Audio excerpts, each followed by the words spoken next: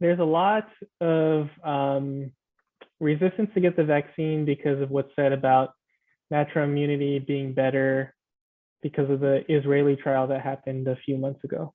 So from a healthcare perspective and from a scientific perspective, natural immunity does exist, and the Israeli study did prove that. However, no healthcare provider would recommend, no good healthcare provider would recommend going out and having like a COVID party or purposefully getting infected with COVID, because there are a lot of short-term and long-term risks of getting COVID infection in general, right?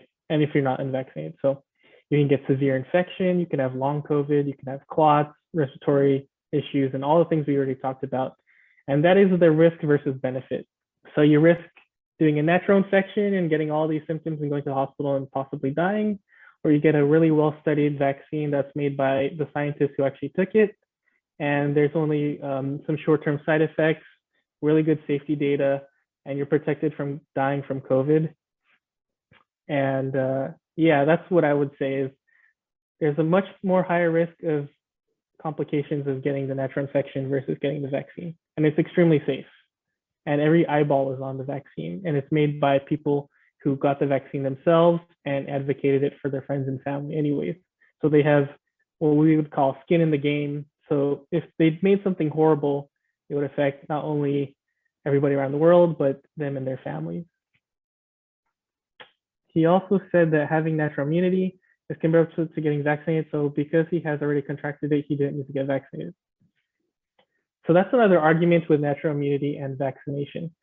Here's the thing. So in the initial studies, natural immunity and vaccine immunity does have similar protection, but it's variable. And what I mean by that is if you're someone who's young and healthy and got COVID last year from the Alpha variant or something, and you had mild symptoms, you might only have like the antibody protection. But what makes the vaccines really superior is the adaptive immunity portion. So having the B cells and T cells and basically strengthening your immune army.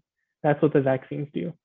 If you're someone with a severe infection, maybe your immune system's better, but you have it at the cost of having damaged lungs. Maybe you had a clot while you had COVID-19, so you're at risk of stroking in the future. Maybe you're on additional medications such as an anticoagulant, or now you have to take inhalers or anything after the COVID infection. Maybe you had a long-term stay in the ICU, so now you have brain fog and neurological issues that you need to work through over months.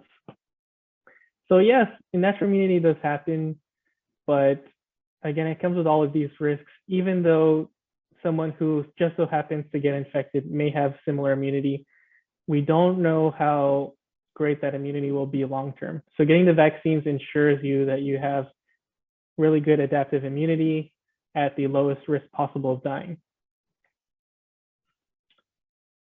So I hope that helps. I know there's a lot of argument about, if you've had previous infection, you do have immunity, which is true, but you're much better off at preventing reinfection for yourself, especially if you did have damage from COVID-19 infection, of getting a vaccine. So that way your immune system is what they call, or I don't know if you follow any other YouTubers, they call like uber protection. So your antibodies are through the roof, your immune system is as strong as it can be against COVID. So that's what I would say. If you got previously infected, the recommendation and the studies from the Israel study, that same study, show that previous infection and at least one dose of the vaccine give you the best protection possible from COVID. And if you're someone who got COVID before, mild symptoms or not, that COVID is in your body and does damage.